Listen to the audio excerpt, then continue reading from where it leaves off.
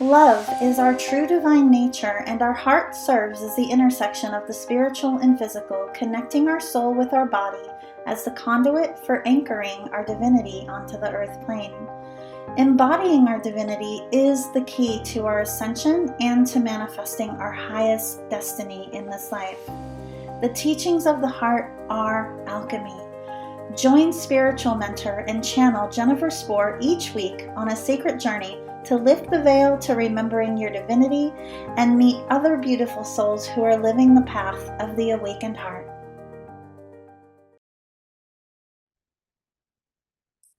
Hey everyone, it is my joy to welcome as a guest to the show today, Atousa Raissyan.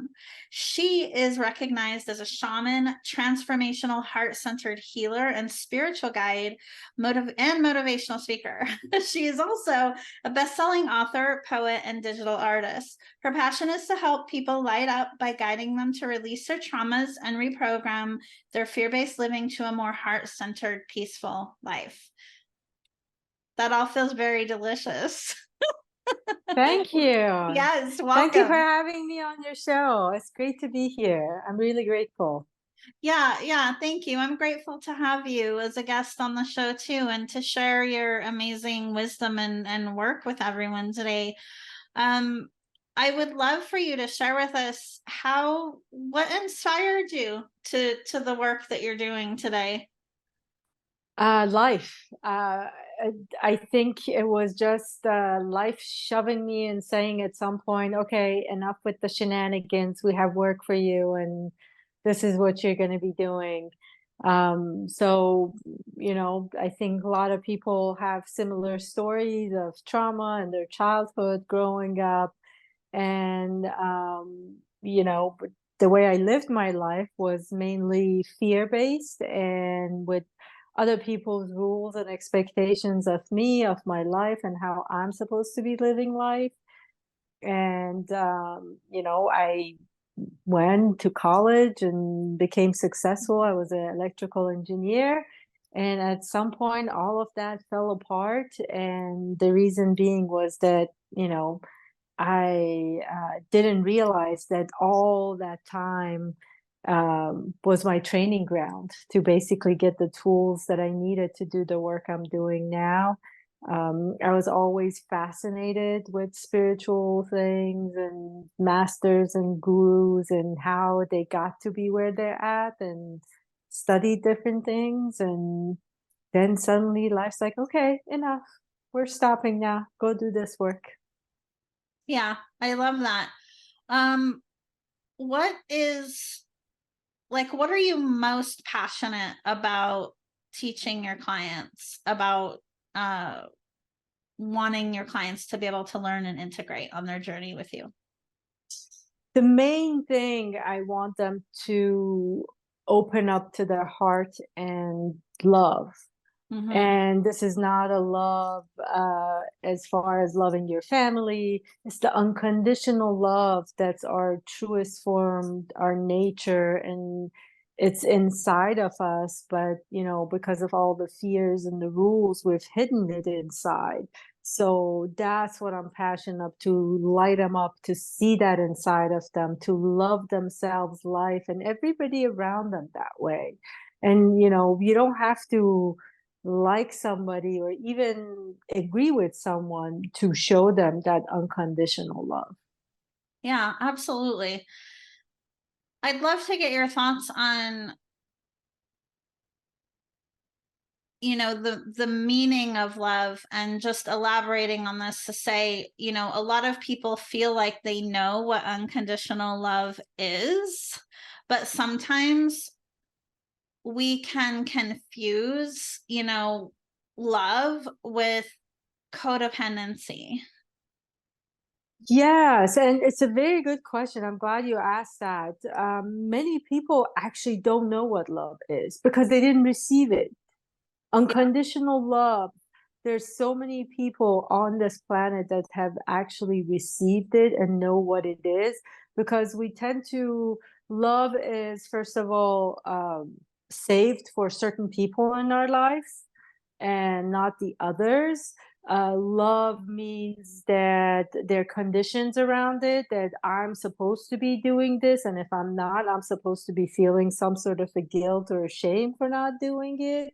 Mm-hmm. And love means that you have to be there no matter what and agree with me no matter what. And we got to like come to agree. It's like a togetherness in a forceful way. Usually that's what love is. And that I only love you if you do certain things or are a certain way or agree to be certain way with me. And that is so far from the truth of what unconditional love is. Unconditional love is, first of all, you got to find it inside you to be able to express it outward.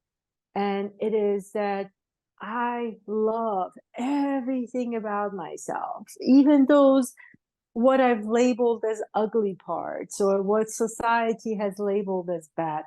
All of that, I love it and I accept it and I welcome it in my life. And I allow you to love all your parts, ugly and not. And I accept you the same way. And I love myself enough that I will follow my heart and follow my passion, even if it's separate from everybody else. And I love you enough to allow you to have the same. We don't have to agree. And I love you on your journey, and I love myself on my journey.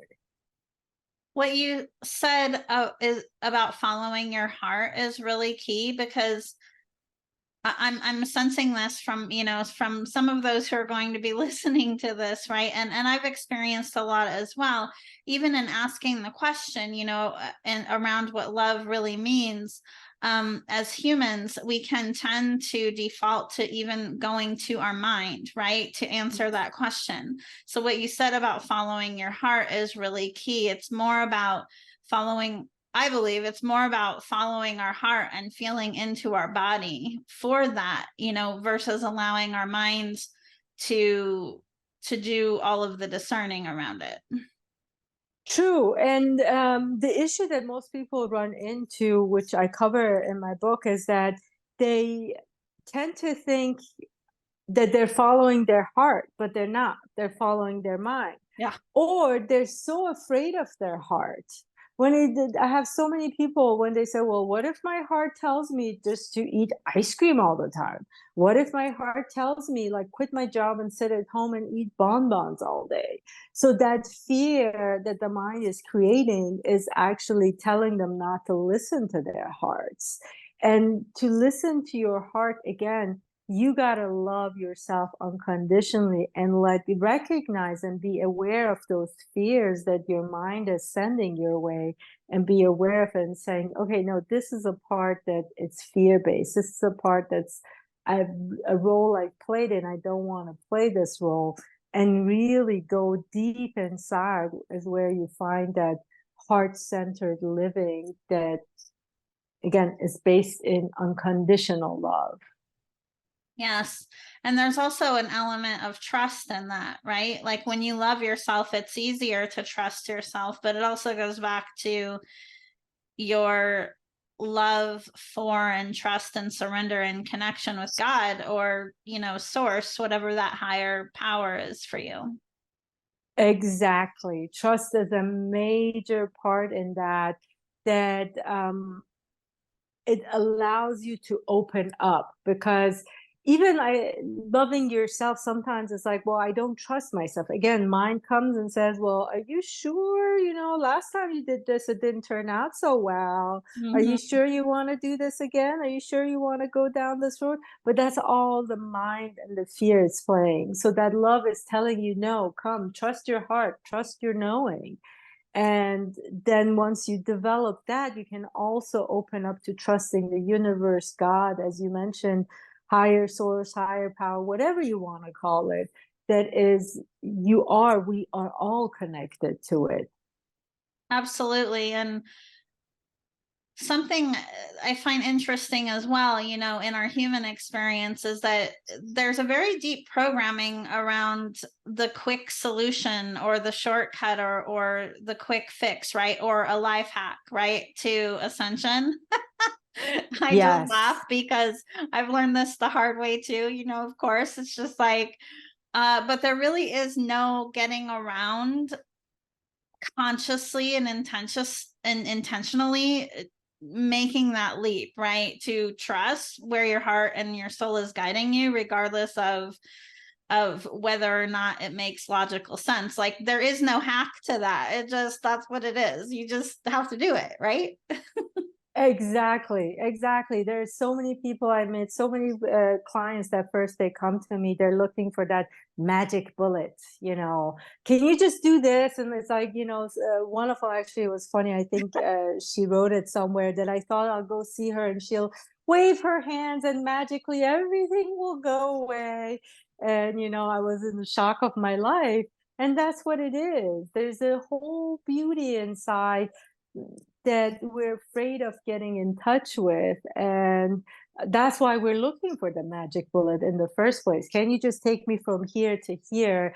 Because there's so much inside that I'm so afraid to open up, to see, to feel.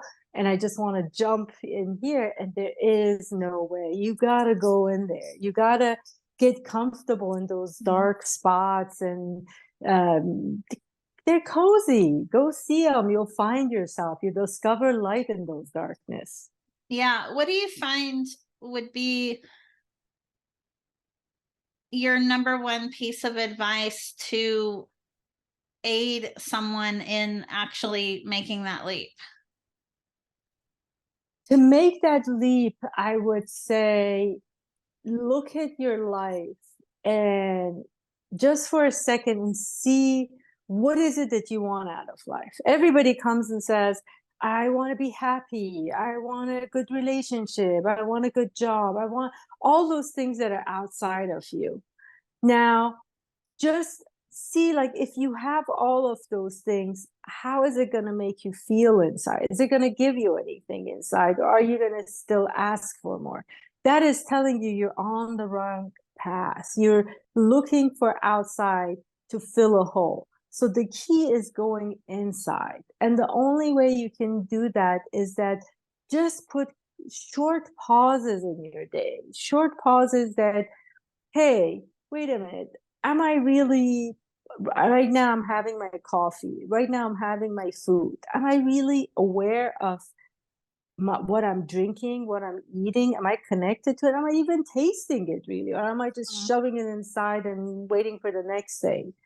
And that can, every single moment, if you just put like short pauses and get in touch with how you're feeling in that moment and what you're experiencing in that moment, then that awareness is going to expand and you're going to start seeing, hey, every time I'm in this situation, or every time I'm talking about this, I get anxiety. And that anxiety is inviting you to go speak to it. It is a part of you inside.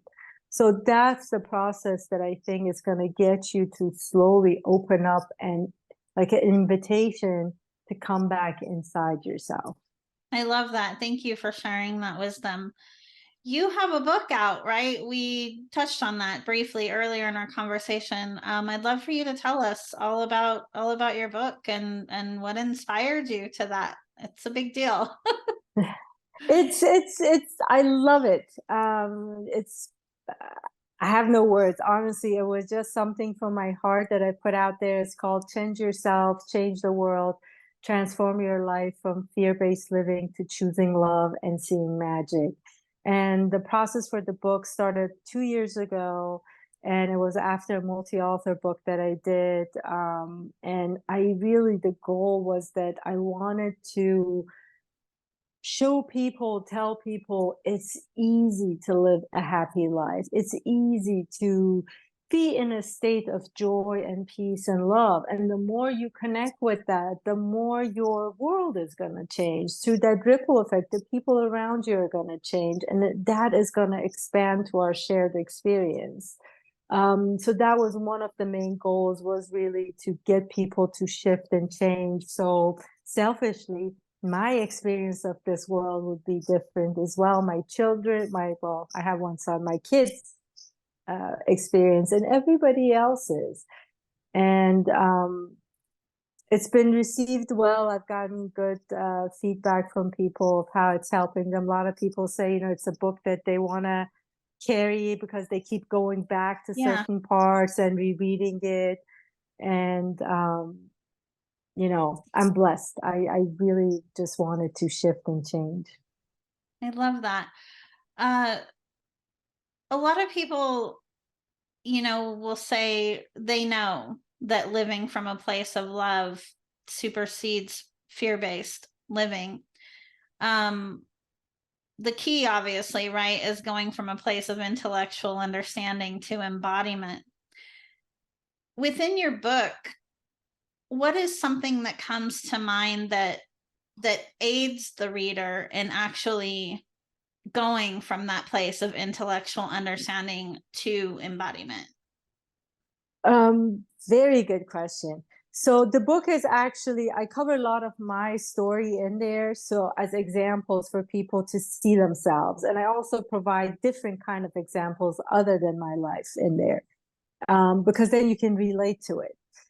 I also broke it down into different chapters. It's sort of like a step-by-step of things that you have to do. And each of those I cover, again, give practical exercises at the end that, okay, this is what this is about. And now go do this practice exercises. For example, there's a chapter on awareness. There's a chapter on taking responsibility of your life. Chapter on choice. There's a chapter on forgiveness, chapter on trust, chapter on love and gratitude. And then finally, there's a chapter on connecting with your body. What does that look like and mean? And what is it to just feel yourself as I am, not this identity that we're all playing these different personas to, but I am, and everything, like seeing yourself in everyone and everything around you. Mm-hmm. I love that. I love that you explain the breakdown of the chapters throughout the book too, because I'm sure obviously this was intentional for you to write the book this way, but it describes so well what the journey is, which is the peeling back of those layers, right? It's like a lot of times, because of the distracted culture that we live in these days, we'll see something and be very quick to react and to say, oh, I know that. I already know that. But the key, as we were saying before, is really in, being able to gain the awareness, but then how deeply can you actually embody that? I love the way that you break that down. And I've yet to write a solo book. I've co-authored in books in the past, and I found it to be a really transformational experience. What was this like for you, creating this?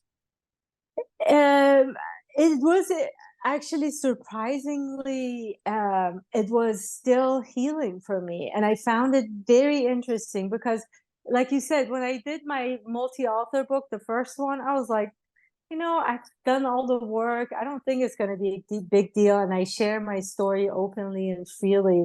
And I don't know what it was, but just putting it down on paper like that, Yeah. but also putting it out there, it was really a big release for me. And then when I did this, I was again shocked and surprised of like, wow, this is changing as well. And I think that's part of why it took 2 years to do it, because it was like, the process of my artwork, like a lot of the artwork I've done, it's been my own healing journey, and it has like poems and inspirations attached to it. It's a journey. And this was like, I think writing it took that way because I took like different parts and I kept moving them, and something else would come and I add to it.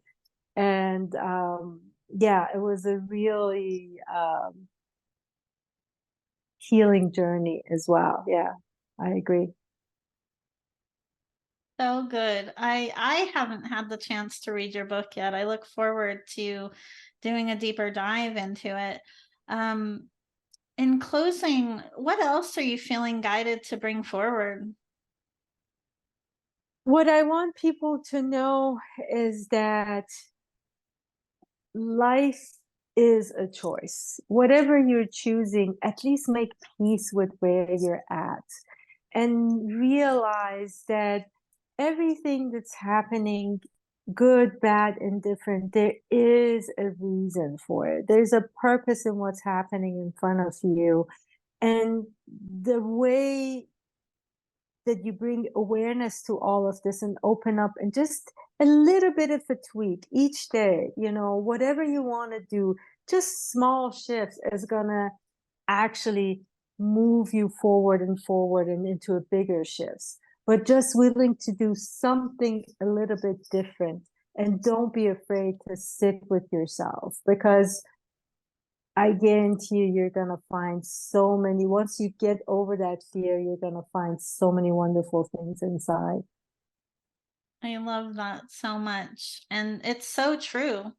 It really just is in our willingness to make that leap, to take that step in order to be able to experience what's on the other side. So much truth in what you shared around that.